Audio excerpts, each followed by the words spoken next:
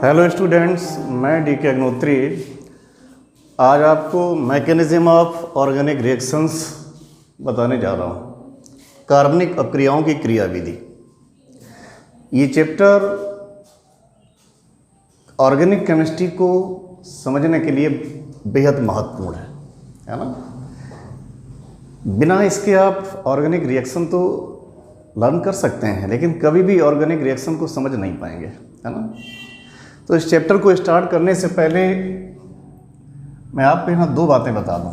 First, chemical reaction.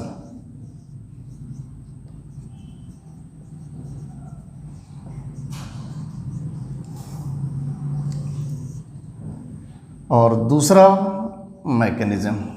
क्या है ये क्रियाविधि? Chemical reaction means breaking of old bonds and formation of new bonds, यानी अभिकारी पदार्थों में अभिक्रिया के दौरान पुराने बंधों का टूटना और नए बंधों का बनना, इसे रासायनिक अपक्रिया यानी केमिकल रिएक्शन कहा जाता है ना। पुराने बंधों का टूटना, नए बंधों का बनना, breaking of old bonds and formation of new bonds.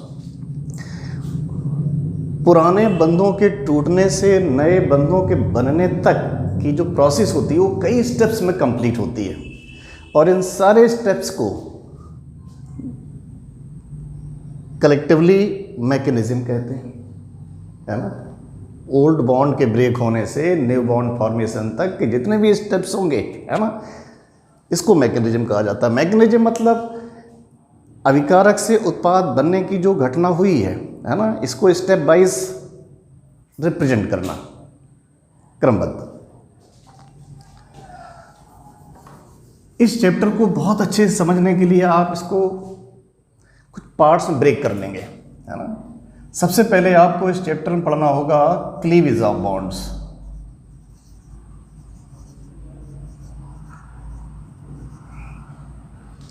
बंध विदलन।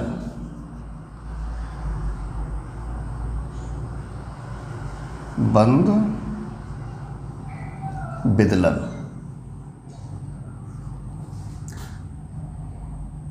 इलेक्ट्रॉन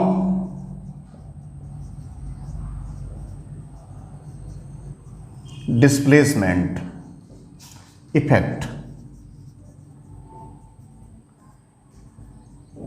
इलेक्ट्रॉन विस्थापन प्रभाव।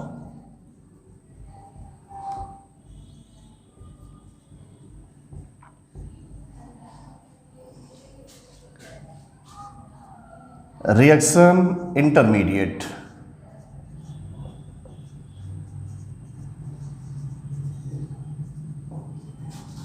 अपक्रिया मध्यवर्ती।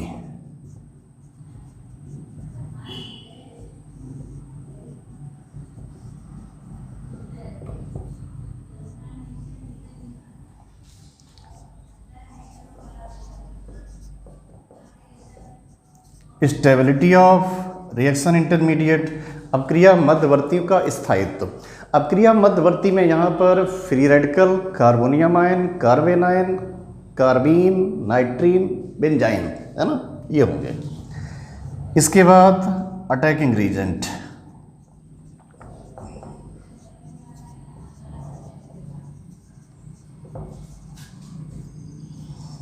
आक्रमणकारी अभिकर्मक।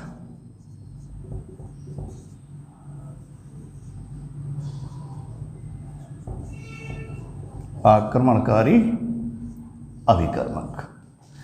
इन सारे स्टेप्स को जानने के बाद आप किसी भी रिएक्शन की मैकेनिज्म को पढ़ पाएंगे, है ना।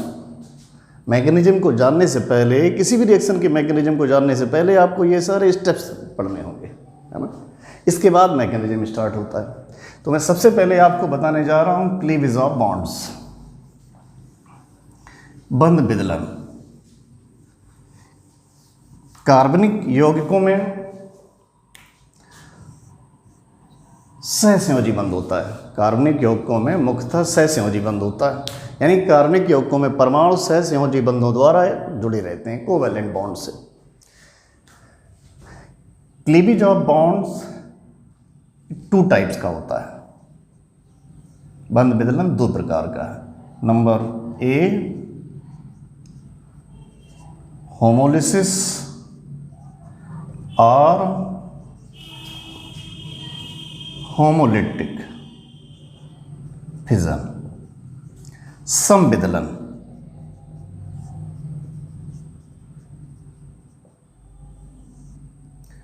यह समांग या समांश विखंडन क्या होता है इसमें? यहाँ पर मैं एक एग्जांपल ले रहा हूँ। एक मॉलिक्यूल मैंने लिया A2 मॉलिक्यूल, जिसमें 2A एटम्स यानी दोनों परमाणु समान हैं, कोवैलेंट बॉन्ड से जुड़े हुए हैं।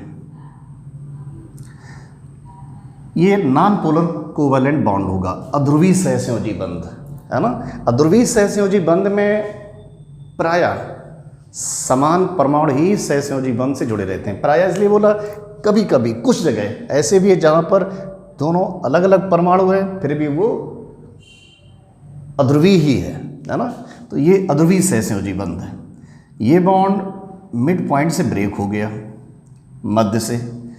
दोनों शेयरिंग एटम्स अपना अपना इलेक्ट्रॉन लेकर के सेपरेट हो गए। क्या मिला आपको? ये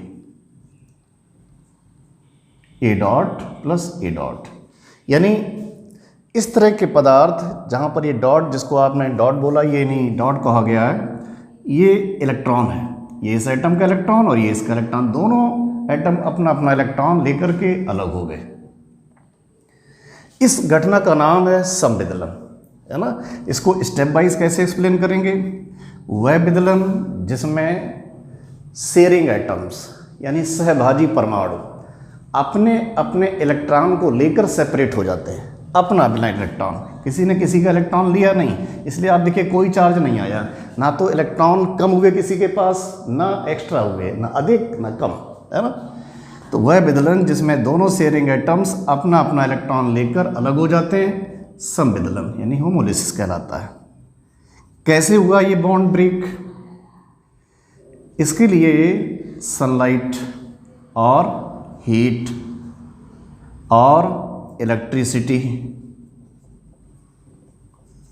और फ्री रेडिकल और पराक्साइड यानी समविदलन सूर्य का प्रकाश, हीट, विद्युत धारा, मुक्त मूलक या पराक्साइड की प्रेजेंस में होता है। इनमें से कोई एक सिम्टम, एक फैक्टर होगा, इनमें से कुछ भी, कोई भी एक। नेक्स्ट थर्ड पॉइंट, समविदलन के बाद आपको क्या मिला, है ना। एक ऐसा स्पीसीज मिला जिसके पास इलेक्ट्रॉनों की संख्या ऑड है, विषम इलेक्ट्रॉनों की संख्या, है ना। विषम इलेक्ट्रॉन समूह, ऑड इलेक्ट्रॉन स्पीसीज। इस ऑड इलेक्ट्रॉन स्पीसीज का नाम है फ्री रेडिकल, मुक्त मूलक।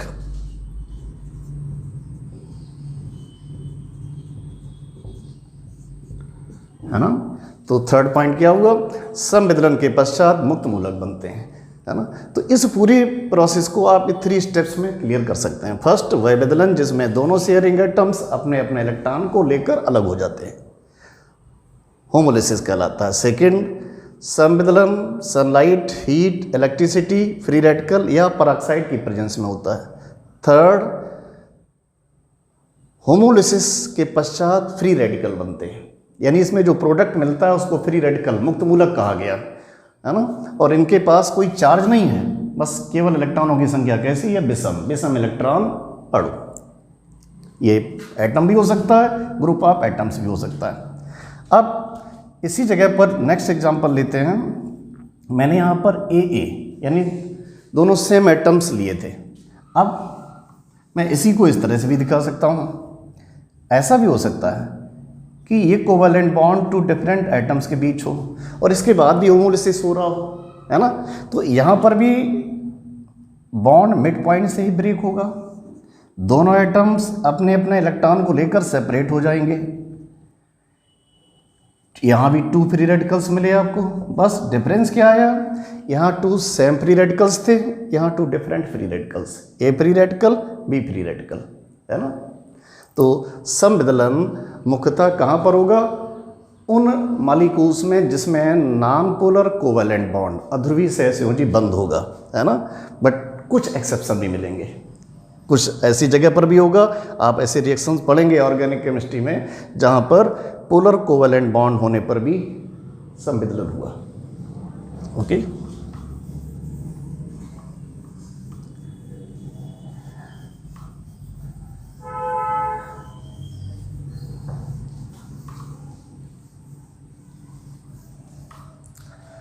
सेकेंड पार्ट आता है इसका हेट्रोलिसिस। हेट्रोलिसिस और हेट्रोलिटिक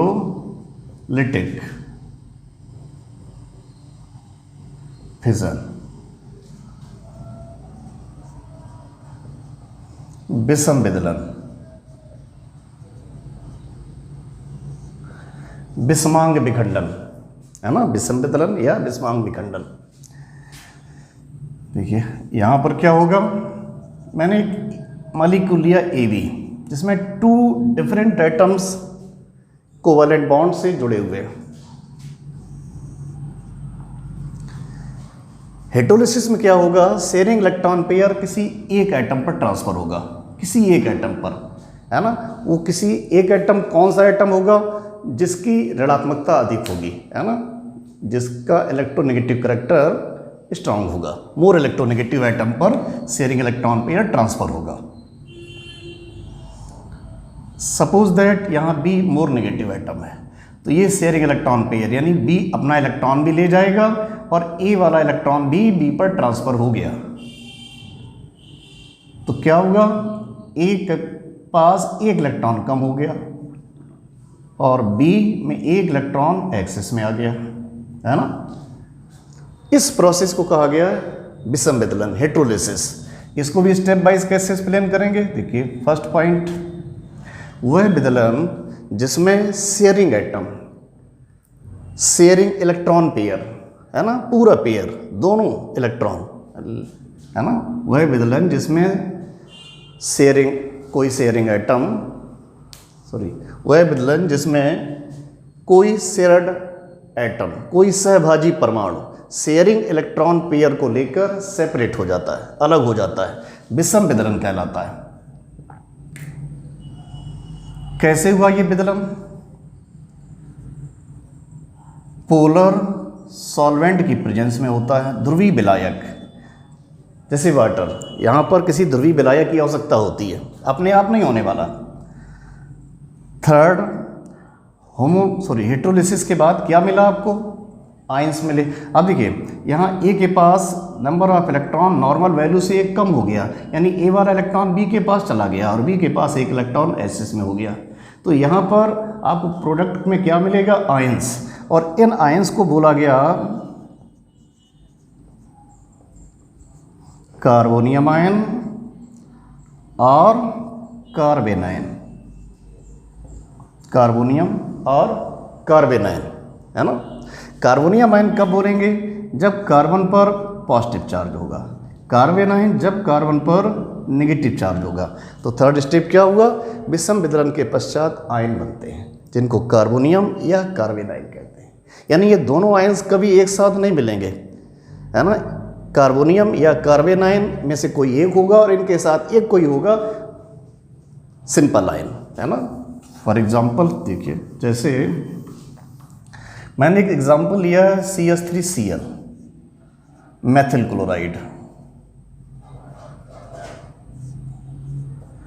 मेथिल क्लोराइड में कार्बन के पास, आप देखिए आउटर मोस्ट शेल में 4 इलेक्ट्रॉन थे और इसने 4 इलेक्ट्रॉन की शेयरिंग भी कर ली। तो इस समय कार्बन का ऑक्टेट कंप्लीट है और यहाँ CCl ध्रुवीय सहसंयोजी बंध है, पोलर कोवैलेंट बॉन्ड है, जिसमें क्लोरीन की इलेक्ट्रोनेगेटिविटी कार्बन से ज़्यादा है। यहाँ शेयरिंग इलेक्ट्रॉन पेयर किधर ट्रांसफर होगा? क्लोरीन पर। शेयरिंग इलेक्ट्रॉन पेयर क्लोरीन पर ट्रांसफर हो गया, यानी क्लोरीन जब यहाँ से सेपरेट हुआ तो अपना इलेक्ट्रॉन भी ले गया और कार्बन का भी ले गया। तो आप देखिए कार्बन के पास 1 2 3 4 था, लेकिन अब कितना बचा? 3, यानी कार्बन पर आ गया प्लस चार्ज, एक इलेक्ट्रॉन कम हो गया। और क्लोरीन पर एक इलेक्ट्रॉन S6 में हो गया है, तो इसे बोला जाएगा कार्बोनियम आयन, और ये एक सिंपल आयन हुआ Cl क्लोराइड, है ना। तो इस प्रोसेस का नाम हो गया हेटेरोलिसिस, होमोलिसिस, हेटेरोलिसिस। ओके,